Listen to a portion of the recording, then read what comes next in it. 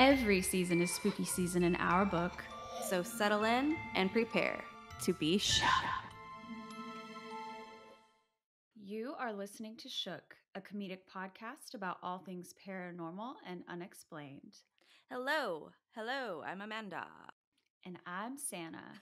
Yes, you are, darn tootin'. Do you have a fun fact? I do have a fun fact.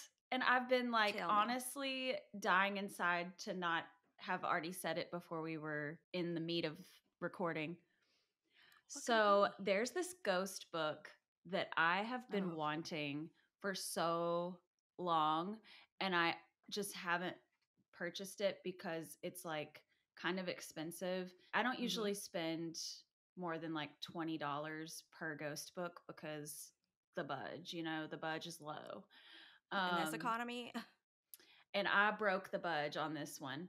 It's called The Encyclopedia of Spirits, and it has everything. It's basically New York's hottest club. It has the ultimate guide to the magic of fairies, genies, demons, ghosts, gods, and goddesses. It's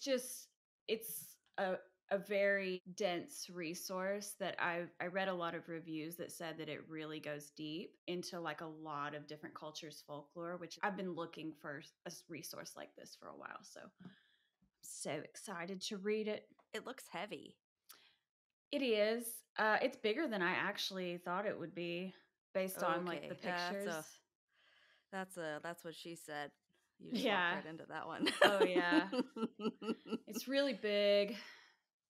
Maybe too big. I don't know. I don't know if I can handle a encyclopedia. I don't know if I can girth. handle this one. No, seriously, it looks like it has at least 200 pages or something. Maybe more. More than 200 pages, Hunty. It has over 1,000 pages. It's like a dream come true for me. I love this. And also the author is Judika Eels, and she has a lot of different books available. A lot of her books actually are more focused on witchcraft and things like that, but this is more of just an educational source of the spirit realm. And it arrived today after I had already solidified all of my stories, so I haven't actually dived into it yet. But anyway, that was my fun fact. What's your fun fact? Oh God. Let's see. Here we are midway through November, and I just now took down my Halloween decorations. And I'm not gonna lie, I'm devastated. I'm devastated because even though every season's spooky season in our book, tell me if I'm wrong, but the vibes are off. When Halloween's over, it's just not it. There's a shift. Immediately, it's Christmas. And I have thoughts about that. I'm not ready. I haven't even been stuffed. I'm just kidding. I haven't even had my turkey stuffed. Yeah, sorry, I couldn't resist. Patreon. Hi, family listening. Right. No, please. That was giving Patreon. Thank you. No, just keep it. At this point, I have no dignity. So me too. I've given my entire mental illness to this podcast. What is it called? The diagnostic, DMS. DMS-5, yes. Yeah, I've already been taking notes on myself. Sorry, DSM. Yeah, DSM. I'm like, okay, well, that's one. I haven't actually went to therapy, so I don't really know for sure all of those types of things.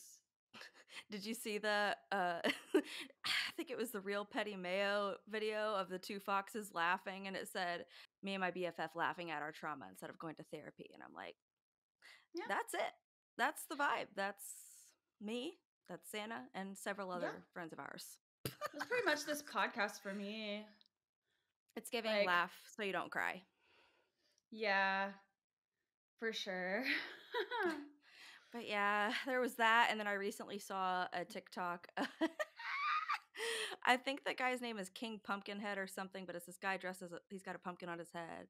And it's the Mariah Carey song. It goes, I don't. And he just bolts in the frame and he kicks the Christmas tree over or something like that. He's like, it's too soon for Christmas. I'm like, thank you. It's like, it's just so, I don't like the instant shift to, oh, let's tear everything down and put up our Christmas tree. It's like, I'm having an existential crisis. Like, can we please slow down and just let it be for a minute? Just let it be.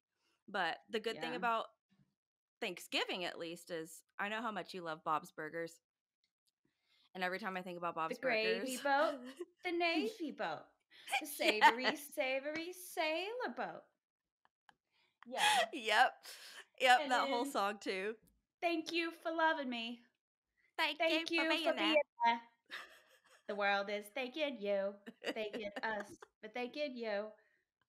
Yeah. Kill the turkey. I'm pretty sure, I'm I literally almost don't give certain a that, shit about Thanksgiving except for the Bob's Burgers Thanksgiving episodes. right. No, I'm pretty sure that, and that's why we drink. They always sing that song every Thanksgiving. They love it too. Incense in the stew because Pepper pooped. Pepper was using the litter box like just as we started recording, and Rest in peace, your FML, nostrils. truly FML. Like I'm like hotboxing. No, I feel that. No, but the Bob's Burgers thing, I have to tell you, I've Oh, had one of the episodes stuck in my head for a while. Not even the whole episode, but do you remember the one where um the mom goes back to her high school reunion or something and she plays in the band and then yes. she hires a babysitter. It's one where she says, "Listen, Linda, listen," because she's crying Mm-hmm. walking down the sidewalk. 'Cause I guess I don't remember what happened, but her band messed up or something. She's crying. It's the She's like, girl. yeah, I forget her name, but she's like, I don't know how to use a microwave. Yeah, I don't even know how to use a microwave. Yeah, I love that character. Actually, I hate that character. She's like the worst human. But She's the worst. But that was me yesterday. I was like, I'm sick, babe. I don't know how to use a microwave. Can you make me some homemade chicken broth? like if not for Louise just being a bad bitch, those Yeah. kids would have died in her care. Like truly. Yeah, she pretty much admits to child neglect. And Yeah. just total lack of wherewithal. And like, I think at one point she like accidentally like punches Tina in the face or something. There's like an actual violent thing that occurs. I haven't hate seen it in it, a long but I love time, it. but yeah. Yeah. Every time Connolly and I cook or reheat something in the microwave, he says, put it in the microwave. Microwave. The microwave.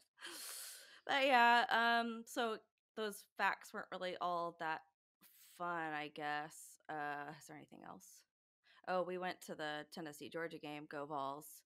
Connolly's a big Georgia fan, as you know, and he had a good day. I had a bad day. Mm. And that's on A House Divided. Oh my god. Like, I know you don't give a fuck about football, but I don't really care about Taylor Swift, so we're even. I'm just kidding. Yeah.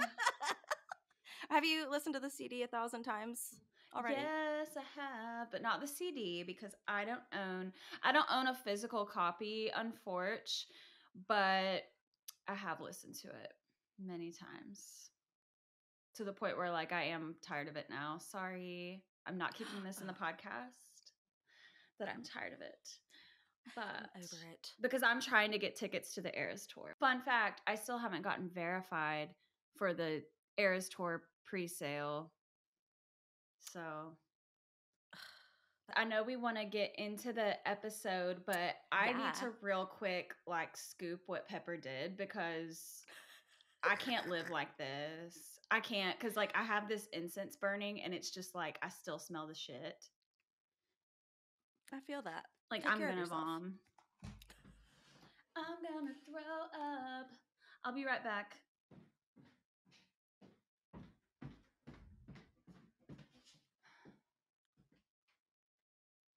Oh my god. Hey, you did survive. Pepper's fumes were really toxic and they made you want to die. But you scooped that shit right out and you put it in the trash. I said, no, Pepper. Keep that butthole on hold. I don't know. I give up. It was so bad. I'm lighting another one.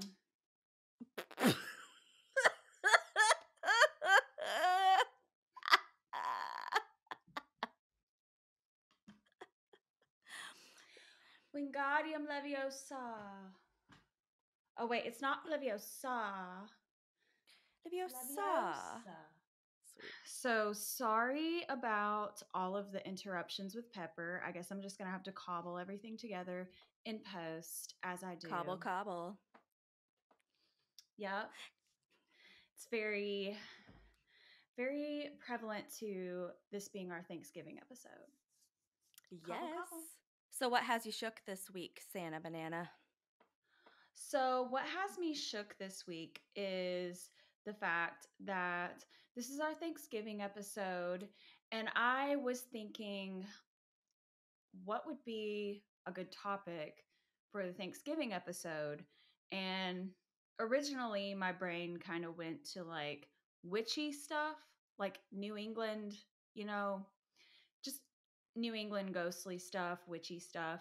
And then I was like, no, actually, let's go Native American with this. There's so much folklore there. There's so much to explore that like hasn't been explored yet on Shook Paranormal Podcast.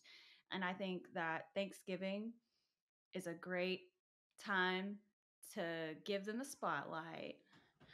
So I do have Love a it. Native American ghost book. Yep, it's called Living Ghosts and Mischievous Monsters: Chilling American Indian Stories by Dan SaSuWeh Jones, and he is from the Ponca Nation. So, the story that I would like to focus on from this book is called The Mashpee Sailor. The Mashpee tribe is basically a part of the Wampanoag tribe, which was located in Massachusetts, and they actually met a lot of the European settlers that came to America in the 1600s. So, a little backstory, additional backstory about the Mashpee. They've lived on Cape Cod, Massachusetts, for at least 12,000 years. So they were here so much longer than we were. This story that I'm about to read for you is a story about choosing family over fortune. It has a moral. It has a moral, and it's also creepy. And I am reading it because I don't want to say anything wrong and have anything be misinterpreted. This is the author's words. And a little bit of backstory too about the author, Dan SaSuWeh Jones. So he's from the Ponca Nation, and he actually traveled the whole United States and Canada, going and speaking with members of different tribes and just finding out different ghost stories and witch stories and just different skinwalker stories, like from just different tribes. It's really, really cool. And so this story was told to him by Samantha Hatch from the Wampanoag tribe. It was a cool night near the Cape, and the young mother sat in her wigwam, knitting a blanket late into the night. It was hours until she would sleep, for she had much work to do. She would sell the blanket to feed her two children, for her handiwork was all she had to trade. The children's father had been lost to illness 2 winters ago.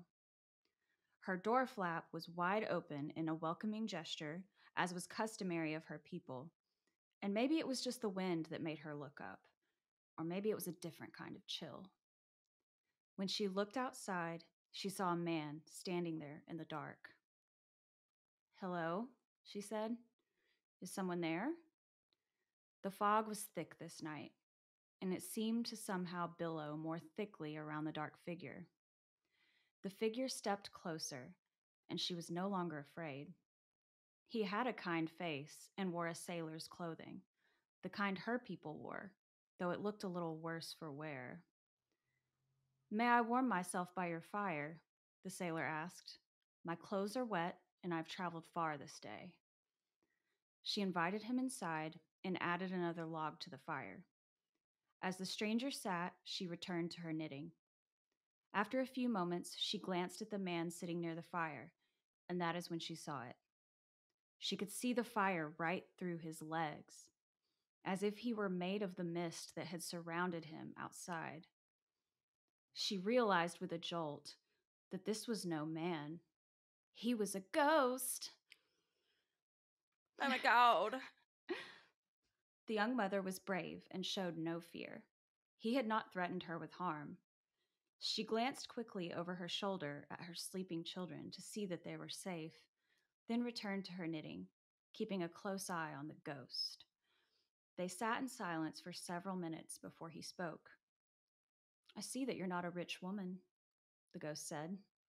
The young mother said nothing, for it was not a question.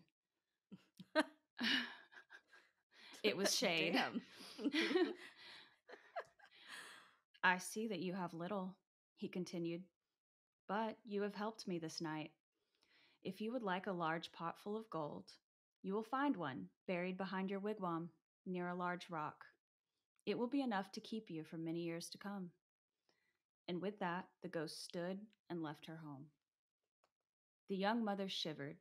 It was not until he was gone that she noted the extra chill in the air that the ghost had brought with him. She waited a few minutes, tucking the blankets tighter around her little ones while she waited. She wanted to be sure that the ghost was gone before she considered what to do. After a few long moments, thoughts of the gold crept into her mind. She needed money to buy food and new clothes for her children. The mother took her hoe and walked out and around to the back of her wigwam. There, as the ghost had said it would be, was a large rock sitting beside a patch of freshly dug earth. She began to dig. As she did, she heard her daughter cry out. She ran around to the door of her home to check on the child. But her daughter was sound asleep, the blankets undisturbed. The young mother was confused, for she was sure that she'd heard her daughter scream. Again, she walked around to the back of the wigwam and began to dig. With each strike of the ground with her hoe, she heard a child cry as if in pain. This time it sounded like her young son. She dropped her hoe and ran around the wigwam. But she was wrong again. Her son lay quietly next to his sister, sound asleep. One more time she returned to the site of the large rock and the promised riches. She picked up her hoe and began to dig. This time she heard them both, clear as they could be, screaming as if something was hurting them, killing them. Dropping the hoe, she ran inside. Again, she found them sleeping. Trembling, she had to clear her mind of the memory of the screams. She climbed into the bed with her children, pulled them close, and emptied her mind of their cries and the pot full of gold. She slept. In the morning, she woke with the sun. She wondered if last night's visitor had been a dream. After dressing her children and giving them breakfast, she ventured out into the cool gray morning. As she reached the spot where she'd left her hoe the night before, she knew it wasn't a dream. Near the large rock was a deep, round hole. The earth had been dug up, and whatever buried treasure had been there was long gone. She had no time to lament this before she heard a woman scream. This scream did not come from her home. Instead, it came from far away. Still, the sound was unmistakable, an ear-splitting shriek of grief. She dressed her children warmly, and they joined the villagers, running toward the sound. When they arrived, the mother learned that a woman had awakened to find her child dead. It was her shriek, right? Somebody's child died, That's so but sad. not hers. Uh-oh. It was her shriek the mother had heard, piercing the morning. The villagers had tried to comfort the woman, but she'd run toward the cliffs. They had tried, but they had failed. The mist swallowed her forever. Near her bed, the villagers found a dirt-covered hoe and a chest overflowing with gold coins. The young mother never forgot that cold night or her ghostly visitor. She held her children close to her, and they lived for many years. They never had riches, but they were happy having one another. So basically, she was given a choice by that ghost that night. She was given the choice, like, I left it like a tempting carrot. I left this behind your wigwam if you want to go and leave your children unattended and dig it up. And she almost fell for it. She really did. But she's a real one for saying, my children come first. Damn straight. One thing I'm going to do is protect my kids. So that's my main story. However, I did just want to mention a cryptid, a Oh cryptid my that I God. learned Hold about. on. You're doing a cryptid? Hallelujah. Praise Jesus. I've been waiting for this. I've been waiting for this. I'm I'm so not excited. going super deep, but I'll read the story and I might not keep a lot of it in. I was kind of just going to be like, this is what this cryptid is. But it's an interesting story, actually. Let me find it. This story is called Dear Woman. And Dear Woman is a figure from the Ponca Nation and is told by the author of this book. So, a little bit about Dear Woman. Dear Woman's upper body is that of a woman, but she walks on the powerful legs and split hooves of a deer. Dear Woman has the strength of 5 men and runs with the speed of a deer. She is mystically ageless. She can appear out of thin air, mainly at night, some say, from an underground spring. Legend says that her quest is to find her dead mate, but it is an impossible pursuit. The frustration has led to madness. Few, if any, have seen her face and lived to tell about it. To gaze into her eyes will paralyze you and eventually kill you, possibly by taking control of your mind. If you're a husband unkind to his wife, you could disappear forever after her visit. Queen. Okay. Dear Woman is known to many tribes across America. From time to time, she still menaces our Ponca tribe. Perhaps I shouldn't refer to her as a queen because she is very dangerous, but she will come for you if you're an abusive husband, and we love to see that. We love to see it. So, this is an old one. This is actually an old tale that's been in circulation for many years. So, it was a hot August night in 1955, the third Saturday of the month to be exact. The Ponca Powwow, a celebration of our culture, was in full swing. Hundreds of dancers, both men and women, wore colorful regalia, wonderfully decorated with patterns from hundreds of years before our time. Many more people were not dancing or wearing regalia, but were taking part as onlookers. As the clock approached midnight, the main event ended. The singers, dancers, and guests cleared the arena and the lights were turned off. Now it was time for the young adults to have their turn to celebrate. Their time is called the 49. The term is said to come from a time when 50 young Ponca warriors went off to war, but only 49 returned. The 49 dance is held in the dark in a large circle with a drum at the center. On this moonlit night, all the faces of the dancers and singers were illuminated. During a 49, everyone sings along to the songs, including the young people as they dance. 2 young people in love were dancing arm in arm, and the young woman kept noticing the woman dancing next to her.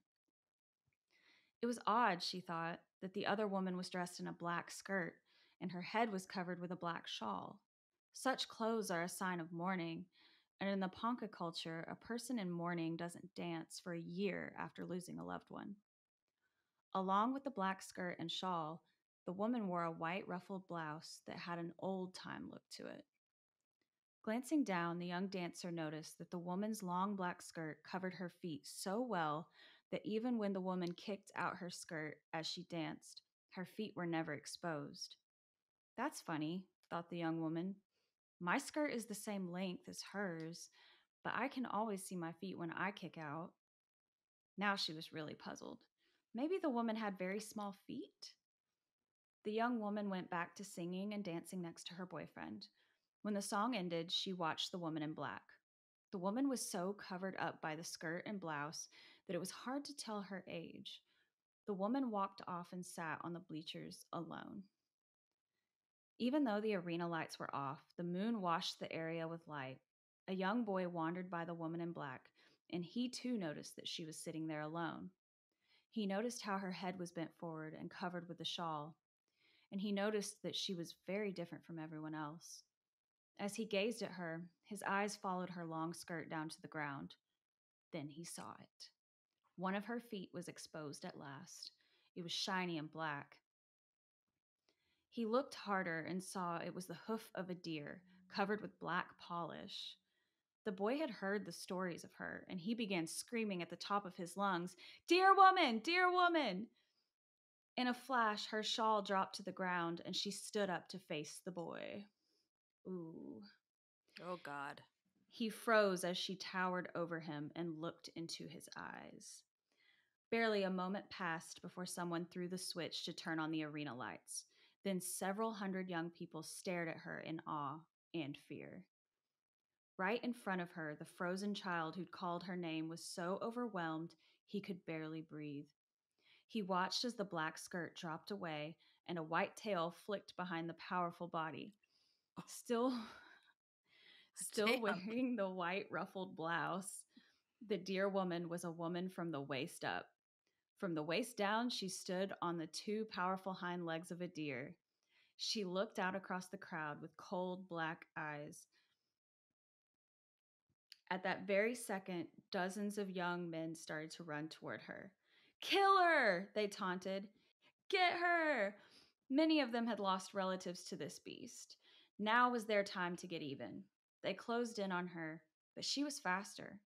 She turned and ran straight for the opposite set of bleachers, and in 3 bounds, she leaped 10 feet up and over them. The young men tried to follow her.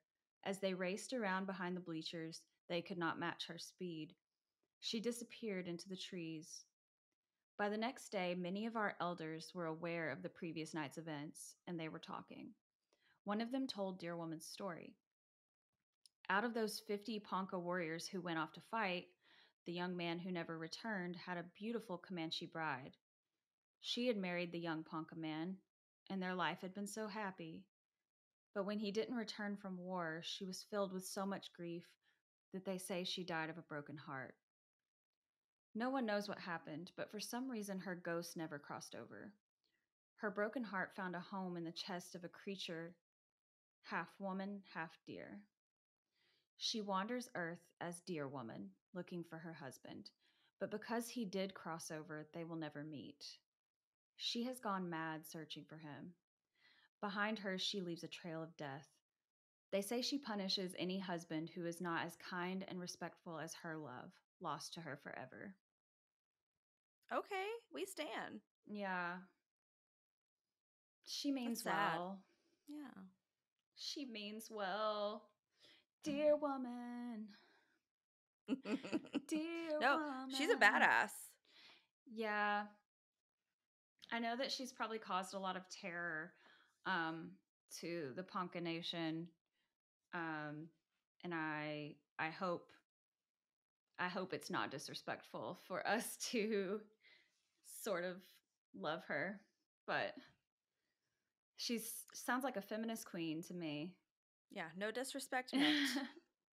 Yeah, and also there is a story about skinwalkers. It's like these are all like very short stories, but I don't know if we have time for it. I'll go into it. If not, Cobble it in, girl. Just cobble it in. Okay, well,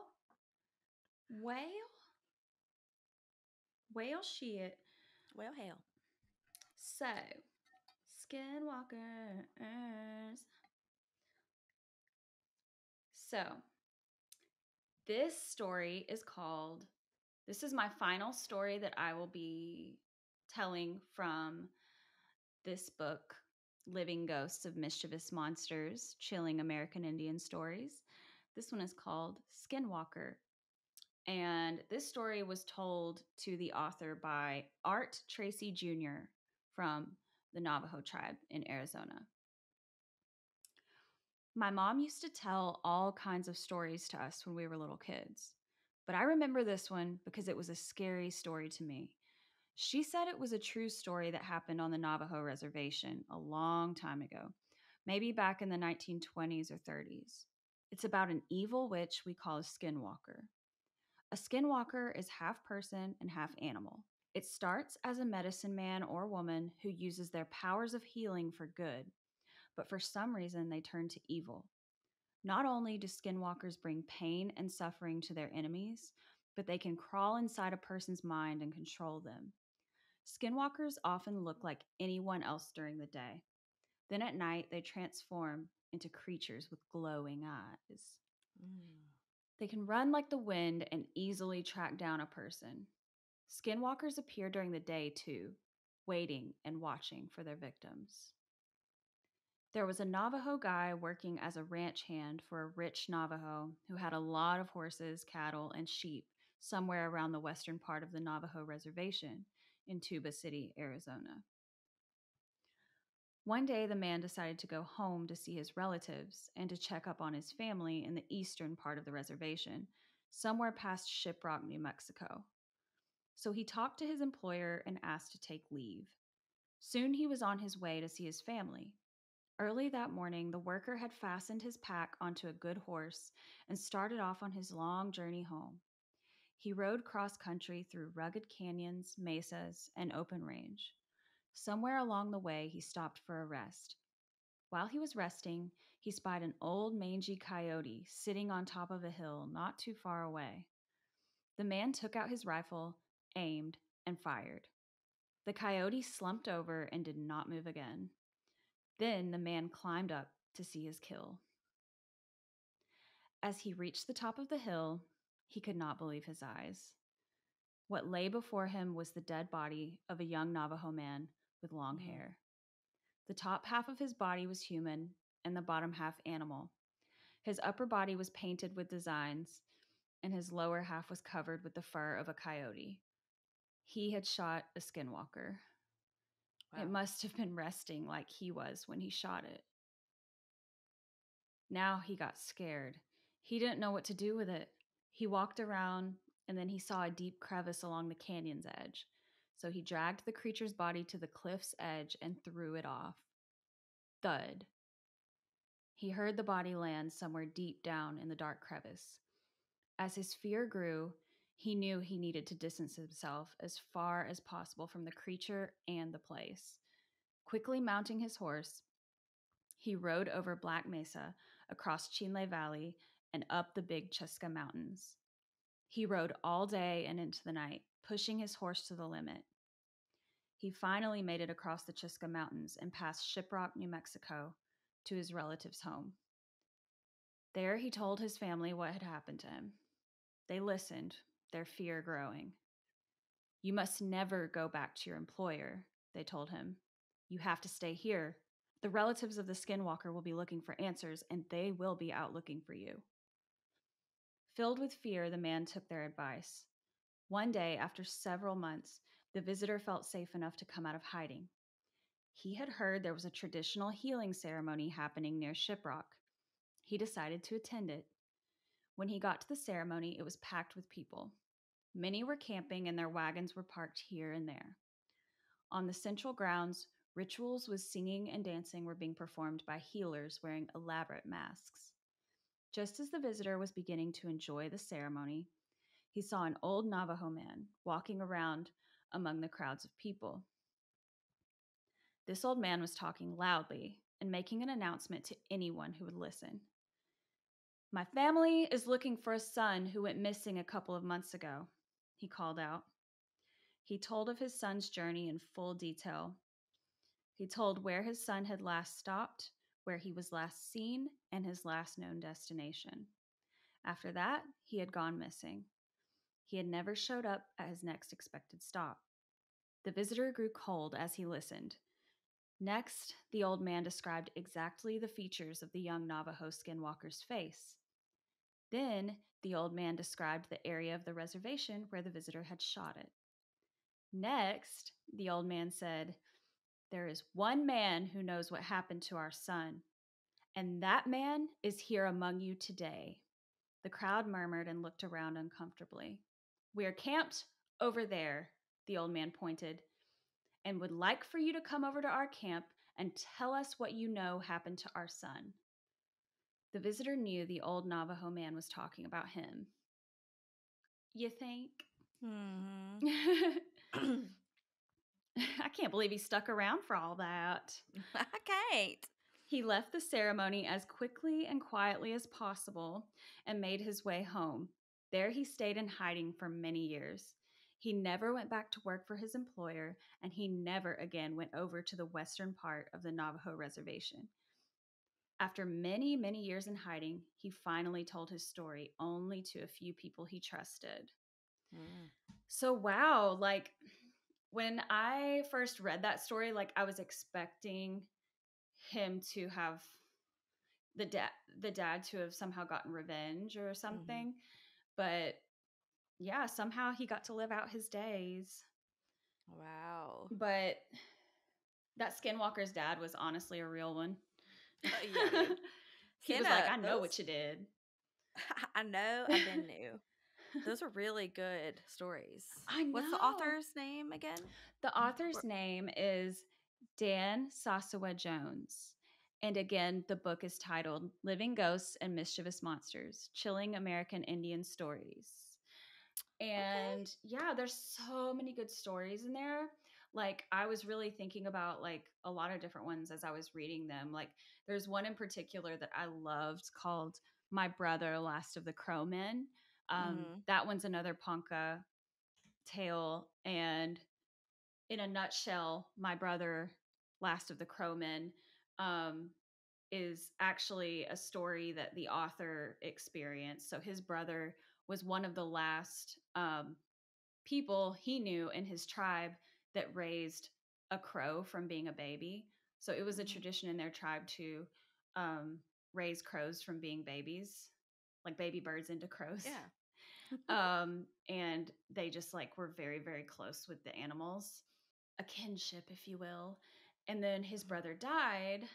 So in their culture, when someone dies, they leave them kind of like on display in a room for 4 days. So for those whole 4 days, like family can come in and just talk and do whatever they want to do um, to celebrate the person's life. And on the last day, I think when they were about to finish that ritual, just like a bunch of crows gathered outside and started like making a lot of noise.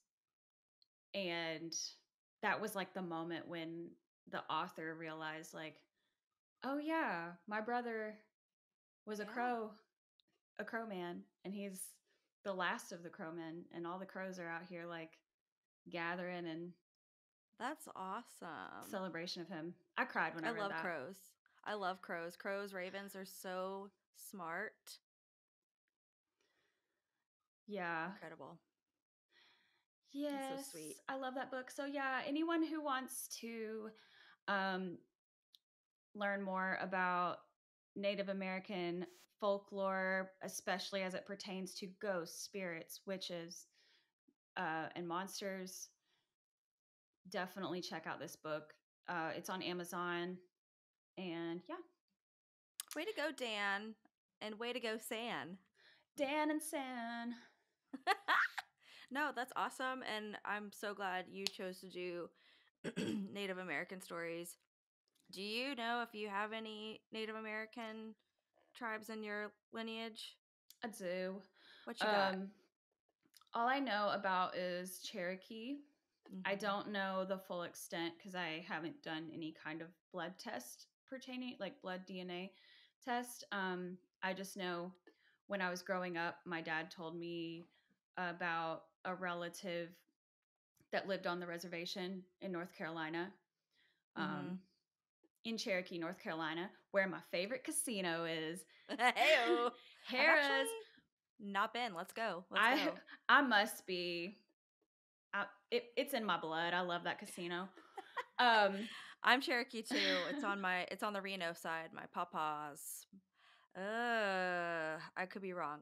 I want to say it's my papa's mother who was, I don't think she was 100%, but she was, I think, at least half Cherokee. I could be wrong.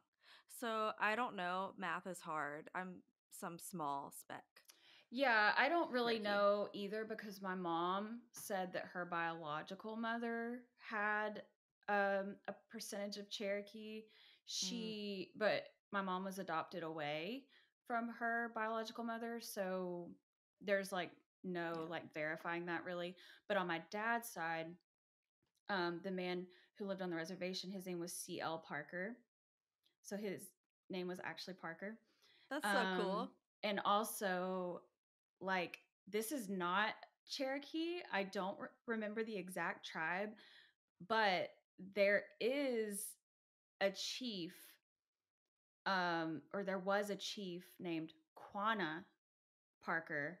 So Quanah Parker, um, he was a war leader of the Quahati band of the Comanche Nation.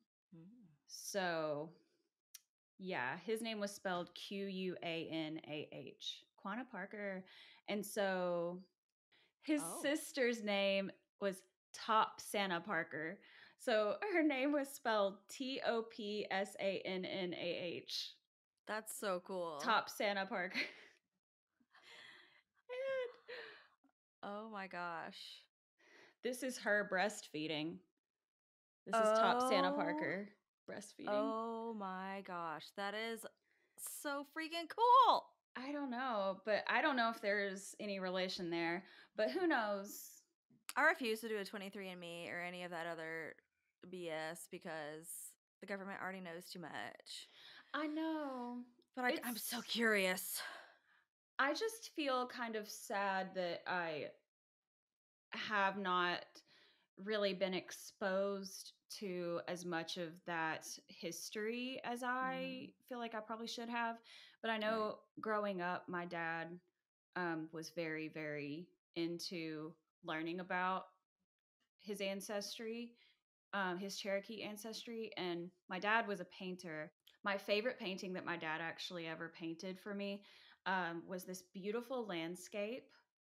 Um, of a river and like woods behind it, and there was a Native American girl bathing in the river, and it was just oh like wow. so freaking beautiful, but my dad destroyed that painting, so I will never see it again. But it was Do you have a picture of it or anything? no. Dang, that sucks. Yeah, that's like one of the most heartbreaking things that I've ever experienced actually. Mm, Because I don't have any of his art like that. I have like sketches and stuff that he's done, and I have sketches of horses and stuff, but he mainly painted like horses and chiefs and wolves and that's awesome. stuff like that. But yeah, that painting, if I could get that back, Dang. yeah, that'd be amazing. But I would like to, learn more and more about the ancestry for sure. Yeah. But Same since piece. but since I have such a small amount of Cherokee in my blood, I will never be accepted by the Cherokee Nation. Yeah, I don't think I would be either. No. No. No. we are white. Right, but we ought to give way more acknowledgement to what America was before we came here, you know? Yeah. Like so many people just I'm not going to get into a political debate, but we've been wrong as Yeah. white We've people. been wrong from the second Yeah. this country was founded, and from the moment a white man stepped his pinky toe like onto this fucking land, like it's just been crazy. And then even like before stepping foot on here, it's like let's enslave people. Oh my And god, then they get seriously, here that and let's enslave the people that have lived here their whole lives. like let's just It's evict crazy. everyone. So fucked up. And the tribe you mentioned at first, the Wampanoag. Wampanoag. I think it was because when I was researching, but I'm pretty sure it was the Wampanoags that got nearly wiped out or totally wiped out when the white man stepped on our Yeah. soil because there was all these new diseases and they were like, overwhelmed with. The Wampanoags are the tribe that are usually associated with American traditional stories about Thanksgiving. But yeah, I plan to actually do more stories in the future from a Native American lens, Yeah. as well as other cultures folklore, because I'm really really just like very interested in kind of seeing where a lot of the folklore that we as Americans have kind of like taken, because a lot of the folklore that we have is taken from other cultures, or Mhm. it's Mhm. kind of similar to, you know, how like religion with like Christianity and the Bible, and our Bible's Jesus is like another religion's like something else. Like there's just Yeah. versions of the same figures in different Yep. cultures. And we've just had to cobble together our whole belief system. It's Yeah. fucking crazy. But the fact that there are so many different versions of um, cryptids in different cultures, like it could be the same concept of a cryptid Mhm. in different Yeah. cultures, same concept of a Bigfoot, in our culture and other cultures. It makes me wonder even more if it could be real, if some of these stories could be real because of how much they align. Mhm. Yeah. So that's what I'm really interested to like Yeah. look at. Yeah. I did No, I not feel that. articulate that very well, but No, I get where you're going with that. I get where you're going with that. yes. Anyways, There's nothing new under the sun. enough from my side of the street. What had you shook?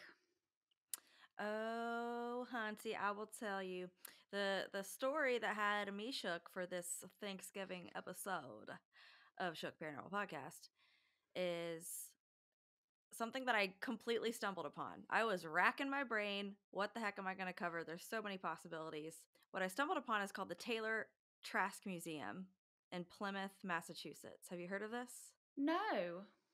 Okay. Well,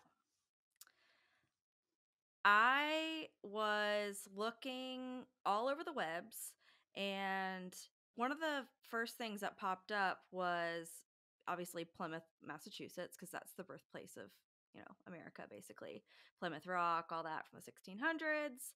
And located in Plymouth, Massachusetts, obviously it's haunted. It's gotta be. So I had to dig a little bit deep for this, but I ended up finding a new show, which I can't believe I had never seen it before. It's called Portal to Hell. And it's got our gal, Katrina Weedman. She was on Paranormal State. I really, really liked her. And I think she's I love done, paranormal stuff. yes, Paranormal State and Paranormal Lockdown, if I'm not mistaken. And she co stars on this show with Jack Osborne, Ozzy's son. Oh, Yes. yes. And their chemistry, they're great. Like this show's amazing. And the whole premise of this show is unlike other ghost hunting shows you see, they're there with the objective of deciphering whether or not a haunted location is haunted because people died there or because there's an actual portal that's bringing in spirits from the ether from all over. Whoa. The Right. Hellmouth. So I found this episode. It's called the Taylor Trask Museum. And what the Taylor Trask Museum is today, it's basically a combination of two separate homes. So these two homes were built in the 1700s. And guess what? They're freaking haunted. The two homes are on a street it was once known as Queen Street, but now it's North Street. North Street, aka Queen Street, is known as one of the most haunted streets in the United States. And the Taylor Trask Museum is a combination of the Spooner House and the Taylor House. I'm going to start with Nathaniel Spooner. Nathaniel Spooner died in his home after he fell down the stairs, and he's believed to haunt the place. So basically, Nathaniel, he fell down a staircase after recovering. He was recovering from a broken leg, and I guess it didn't fully heal, but he was literally hobbling, cobbling down the stairs, and he fell. and he tumbled down, broke his collarbone, and re-injured his broken leg, causing a compound fracture, so the bone was sticking out of his leg. No. Yeah, unfortunate. So they say, allegedly, his moans, his screams, everything can still be heard because obviously back in the 1700s, shit's gonna fester, it's gonna get infected. He had to have it amputated. So he's there just screaming in the bed, getting his leg chopped off, right? So they say not only can you hear his screams, but there's some other things that happen in the home. So a woman named Diane Trask purchased this property and the other property, which I'll get to. And it's now run by a tour guide named Jan Williams. And she's the primary interviewee in this episode of Portal to Hell. So Diane, who purchased this home, said that she would hear footsteps upstairs. She'd hear talking in the other room when nobody was with her. She would see the grandfather clock open and close, and the pendulum would be swinging, just causing a fucking ruckus. And she claims that she's even seen Nathaniel's ghost standing in the hallways. So, the tour guide slash housekeeper named Jan, she is with Katrina and Jack, and she's explaining all of this, all of the spooky things that have happened in the home. And Jack has an EMF detector, and it's just going fucking wild. Jack's taking some photos, and then you see this blue light, blue aura, if you will, surrounding Jan and Katrina. And then Jan, she says that in addition to those things, they also sometimes see a woman in white in the home, which I'm not sure who that might be. So that is the first home of the two, the Spooner home. Moving on to the Taylor house. Mind you, both of these homes are this cute white and yellow, and they just look so innocent. Oh. But they're not that innocent. They're really pretty spooky. So, the Taylor house is down the road, not too far, and it was once owned by Captain Jacob Taylor. So most of his children died, but a few of them did live. Two of them built the upstairs of the home. I want to say he had like 10 or 12 kids, which back then, you kind of had to do that because of the mortality rate. In fact, 3 of his daughters, in one source I read, he tried naming a daughter Hannah 3 different times. They all died as Oh infants. no. That's going to come into play here in a bit. But yeah, so oh. Have you seen the movie Kingpin? I have not seen that movie, no. Well, I know about it, basically, but I have not yeah. seen it. So the main character, he's Amish, right? And he's just commenting on some woman he meets in the outside world, if you will, and he says something like, "With hips like that, she couldn't have more than 6 or 7 children." I'm like, oh god, that's already too many. Anyways, Yeah.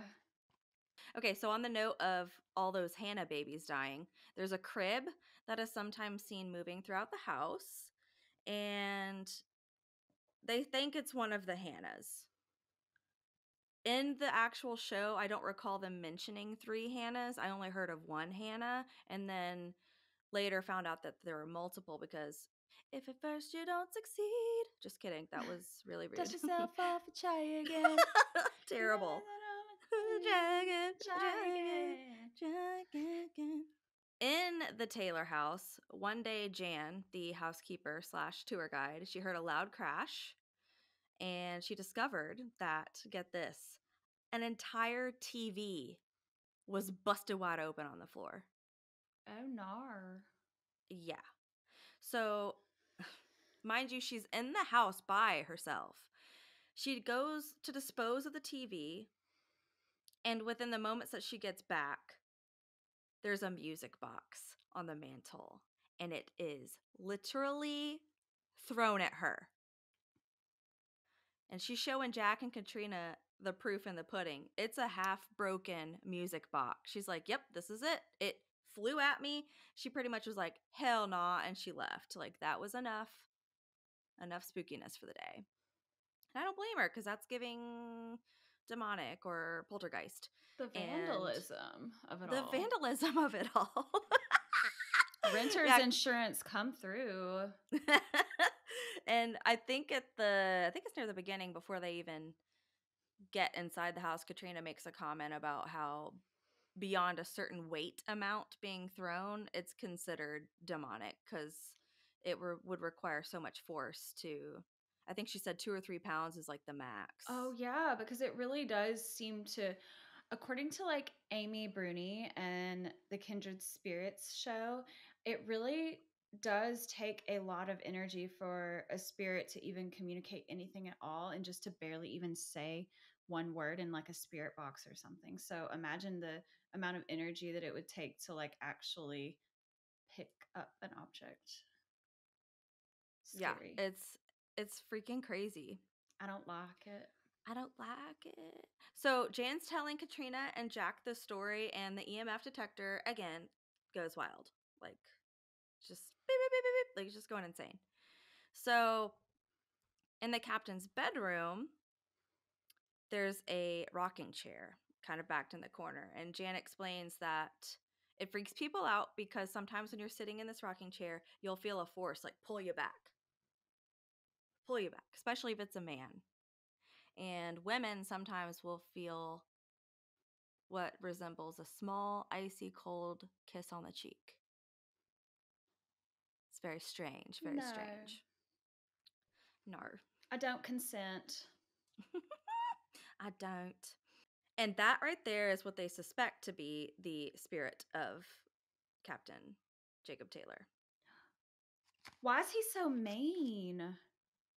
I don't know. He's just causing a ruckus, but I guess if most of my children passed away, I'd probably be a little bit upset as well. Yeah, but I mean, I'd be upset, but like I also wouldn't take it out on just any old body. Right. Well, basically what happens is Jan, Katrina, and Jack, they go into the basement where there's an infamous well that has been filled with dirt. EMF, once again, goes insane. It's jumping around, okay? So Diane Trask, who I mentioned purchased the properties, I want to say it was around 2018. She, for some reason, decided she wanted to fill this open well. Don't know why. Maybe because she thought it would calm the spirits down. Don't even know if she realized, just how bad it was. I mean, she had experiences, but I don't know. Maybe she was afraid she was going to fall in. I don't know. I don't know how much time you'd hang out in a basement like that, because this whole thing is completely filled with dirt and it's real spooky. So what Jan, the housekeeper, believes is that when Diane did this, it just pissed these spirits off. And the question is, could this well be a portal? There's a few tourists that come in to explain what happened to them while they were at the well down in the basement. They were hanging out. I guess they had an EMF, or they had a ghost box of some kind, and a girl's voice comes through. And they're like, oh, a little girl. But then a male voice comes through the voice box and says, don't talk to them. Heebie-jeebies. Another tourist who was down there did not go down to the well. In fact, she stayed on the stairs going down. She just sat there minding her own business.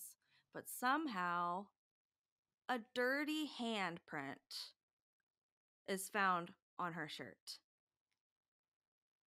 How does that happen? She was not playing in the dirt again. But apparently she was seeing a long-lost friend. Oh, God. Come on to Paxton then. Come on, Sannah. What is it? Play in the dirt again. You don't remember that? I don't know what that is, honey. I'm sorry. Oh no. Okay, we've got our O'Reilly. Ow! That's the Pike's Nursery jingle that I somehow I just don't know remembered. what that is. What? It goes, Pikes. playing in the dirt again, like seeing a long lost friend.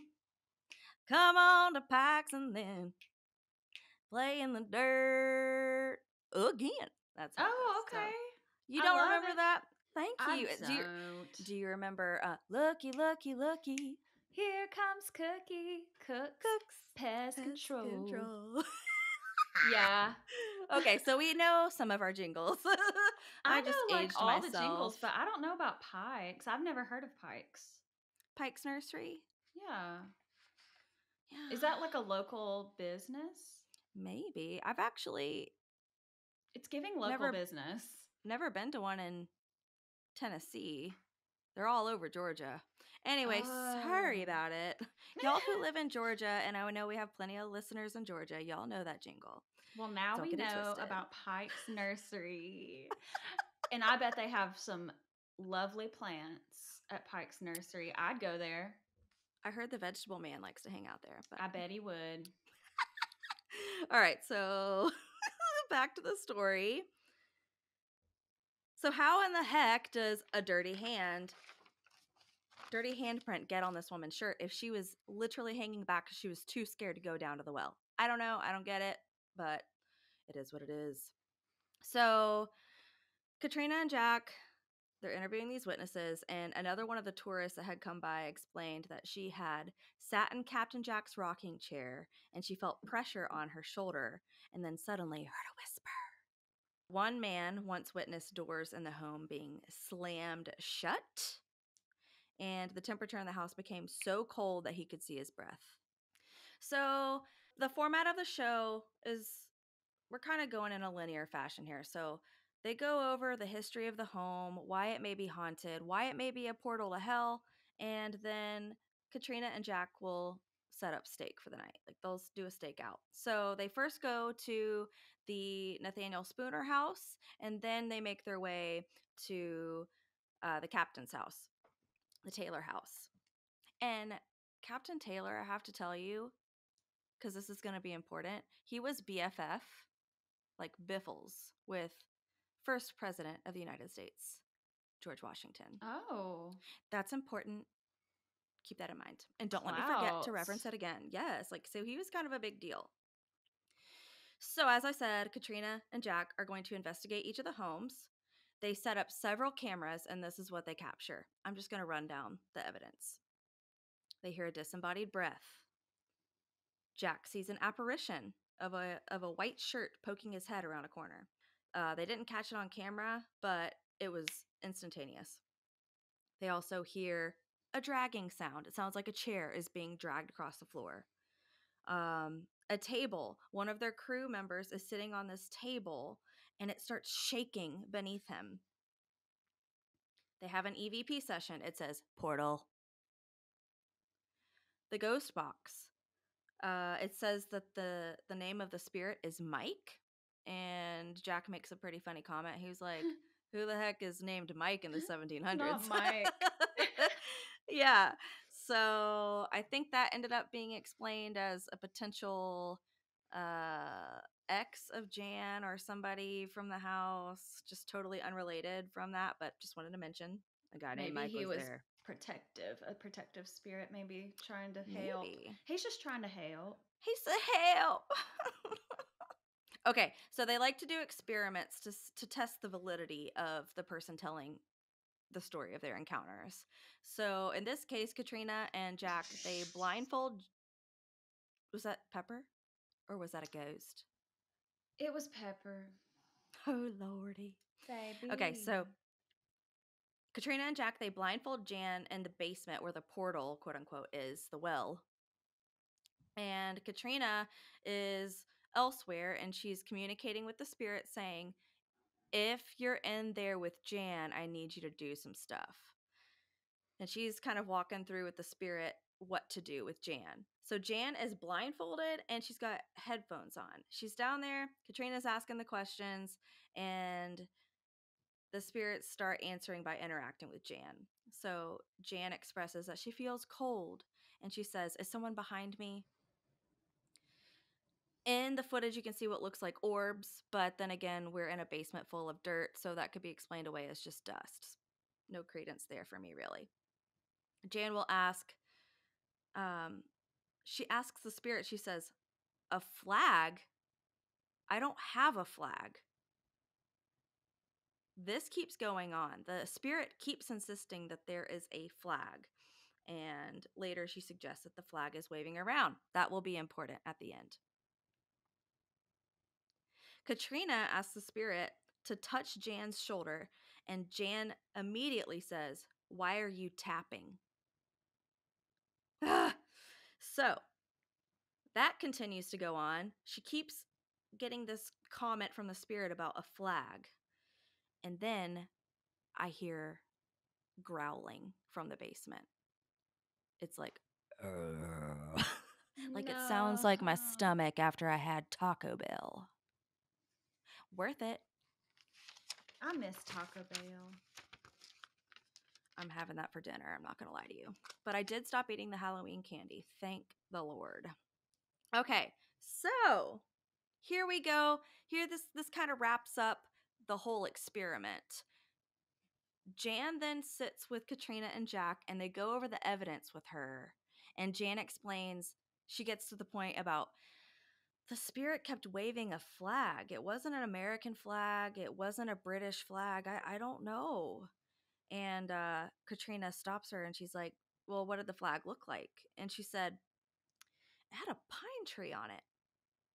And Katrina says, "Do you know what that means?" And she's like, "No." She's like, "Bet, let me Michael Google this for you." So she pulls up her phone and she's typing in, "What does this mean?" Guess what, Hunty? Is Grand it like his finale. family crest or some shit? Ooh, honey. Grand finale. Here we go. The flag she's referencing was for the Commonwealth of Massachusetts. Ooh, I have chill bumps. And it said on the flag above the tree, "An appeal to heaven." Remember when I said Taylor was BFF with George Mm-hmm. Washington? Yes, we're going straight back to the American Revolutionary War. When I tell you I was shook, I literally was shook. Now, Jack and Katrina, they don't think that the place is a portal. They think it's just the spirits of the people who lived and died there. That's their personal opinion. I'm not sure why the growl didn't convince them. That kind of freaked me out. Like I said, giving demonic. But yeah, at the end of the day, they thought it was just the history of the home. So I went back after I watched this episode and I did some research on Jan, the housekeeper slash tour guide, and I found out that years ago she had suffered cardiac arrest and she was in a coma. And once she came back to our world, she said once with a smile on her face, "I see dead people." And Okay, so, Haley Joel Osment. yeah, she's, yeah, uh, she's been through it. She's really been through it. I'm not really sure what I think about all of that, but I will say it was extremely interesting because it was a couple of homes I'd never heard of before. Like I had to dig. I had to Yeah, dig like I've never Skinwalker Ranch. heard. I've never heard of those. I've never heard of that man. Sorry to this man. Sorry to this man. Well, if you want to go to that house, either of those homes, Jan is the tour guide, as I mentioned, and the tour guide, or sorry, the tours that Jan hosts it's called the Dead of Night Tours, unless it's changed since that website was published. Um, Digging into the actual history about Nathaniel's and Captain's birthdays and everything, it was kind of hazy because records, were kind of shoddy back then, but they were born in the 1700s, if I'm not mistaken. And yeah, I'm sure they've still got ancestors living in the area to this day. So yeah, that's my story. And I've already really been wanting to go to Massachusetts. I really want to go to Boston. I want to go to Yes. Salem. And now I want to go to Plymouth. So we got to go. We really do have to go. Mhm. To be fully transparent, that's like the main reason why we have a Patreon. The main reason why we have a Patreon is just so that we can actually like make some of these trips we've been wanting to go on happen. These field trips, as we like to call them, because we have like so many places that we want to just go to and also like make content around those trips. So yeah, if you would like to see us actually like go to some of these like places that we've done stories about and places we will do stories about in the future, subscribe to the Patreon. There's a lot in it for you Yeah, lots of if you bonus do. content. So, Lots of bonus bonus content. content, you get a sticker and you get a shout out on air. Those are what we've got so far. And oh, and an exclusive Discord channel for everybody to hang out. But Happy hours and also yes. topic suggestions that Oh, we yes, actually will do at certain tiers. absolutely. Um, but I understand if you don't have it in the budge to spend money on the podcast. That's totally valid and fair. Mm-hmm. Um, we would love your support in another way if possible, if pos, as Sannah says. If Yeah. you are on Apple Podcasts, please give us a 5-star review if you like it, and leave us a little review, please. We just Yes. sorry, yeah, give us a 5-star rating, give us a review. We've gotten some really good ones. I think we hit 13 5-star reviews the other day. So, Oh, I haven't even gone to look at the reviews. oh yeah, I yeah, pay I look at the YouTube more than anything. I think because the YouTube is like my baby because yeah. edit the I edit the episodes, so I guess I look at those analytics from what I can see on my end, and I'm always looking to see how many subscribers we have, and we're up to 40 subscribers on YouTube Ooh, as of today. Um, and that's really awesome because we started out with zero. So hey, right. No, that Santa's an editing queen. We couldn't have this YouTube channel or really, I mean, I could maybe do the audio, but my computer's going to die, let's be honest. Santa's got a beast of a machine and she's got all the talent to boot. So she's our editing queen. thank We love you. Santa. We Ooh. stan her. And Amanda is our marketing queen. I Um, try. if you ever interact with us on social media via a Shook podcast account, it's Amanda. The jig is up. It's Probs. Amanda. But The jig is up. give up the ghost. Literally, it's Amanda. Oh my goodness. Oh, Santa, guess what? Guess What? what? We have a big special announcement. And that is we have a bonus episode coming at you next week.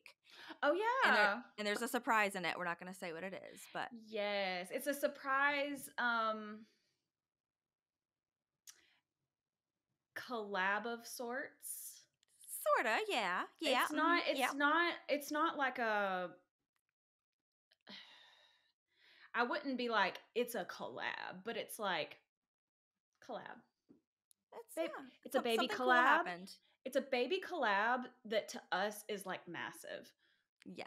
Like that's all I'm going to say. So we're super excited about it. Stay tuned. You're going to Yes. And love it. we can't wait for you to hear the episode and the little surprise that's buried in there. And we hope you have a wonderful Thanksgiving. Cobble cobble. Yes. Yes, have a great Thanksgiving, however you celebrate with family, Friendsgiving, or just chilling because you've got some time off of work. Like, celebrate it however you want. And yes, the holidays in general can be a really hard time for a lot of people too. So please take care of yourselves, do what you need to do. We're here. Slide in our DMs if you need a friend, if you don't have anybody to hang out with on the holidays, and all of that too. Yes, seriously, please. Like, I really actually would love to emphasize that. Like, not to be like, depressing, because I'm usually depressing at least once per episode, but I have actually spent several Thanksgivings alone because of family estrangement. So I actually am one of those people that find the holidays to be very difficult because I have a dead parent and then I'm estranged from the other parent. And that estrangement comes and goes. So one year we might actually have Thanksgiving together and Christmas together, and then the next year, ghost. So you it's okay. Don't feel. I used to like really let it get to me, and get the FOMO really bad, and like Mm. um just kind of feel the pressure of like, oh, everybody's posting all their pictures with their family, and it would like hurt my feelings, like to Yeah. get on social media and see everybody just being like, look at my big giant family. If you have a big giant family you're celebrating with, I love that for you. And if you're just like having sushi delivered, that's probably what I'm going to be doing too. So Sushi train. we're out here. But yes, that's our show for this week, and we look forward to next week where there's going to be a bonus. And Yes. And yeah. I've been like just playing with my mahogany obsidian like this whole time. Like, I don't know why. Um, I just wanted to It's show it. fun. It's Mahogany so pretty. obsidian. Yes. I always have to like feature my babies one way or another. Absolutely. I need to collect more. I've just got my carnelian and my moss, but and my Oh, amethyst, obviously. we'll get you some more. I We'll want some get you of some that what's it called? Lepidolite? lepidolite. Not to be confused with Pedialyte. Yeah, lepidolite. Um, Next time I do uh, a a festival or a market with Valerie, I might get you some. Oh, I appreciate that. If she's got any left, I'll get you some. Oh my goodness, maybe I'll just have a full cornucopia full of all the crystals. Oh, you should. You really should. Yeah. So thanks for listening to our stories, and we'll see you next week. Next week. Ah! Can't wait. Okay. Love you guys. Mean it. Happy holidays. Thank you so much for tuning in to Shook. New episodes of Shook drop every other Wednesday on Apple Podcasts and Spotify, soon to be wherever you find your podcasts. Check out our show notes for more information on this week's episode, our social links, and more. Until next time, stay shook. Hey, do you have a personal paranormal encounter that you'd like to share with us? Visit our website, shookpodcast.com, to fill out our contact form. Or you can send us an email at shookparanormalpod@gmail.com.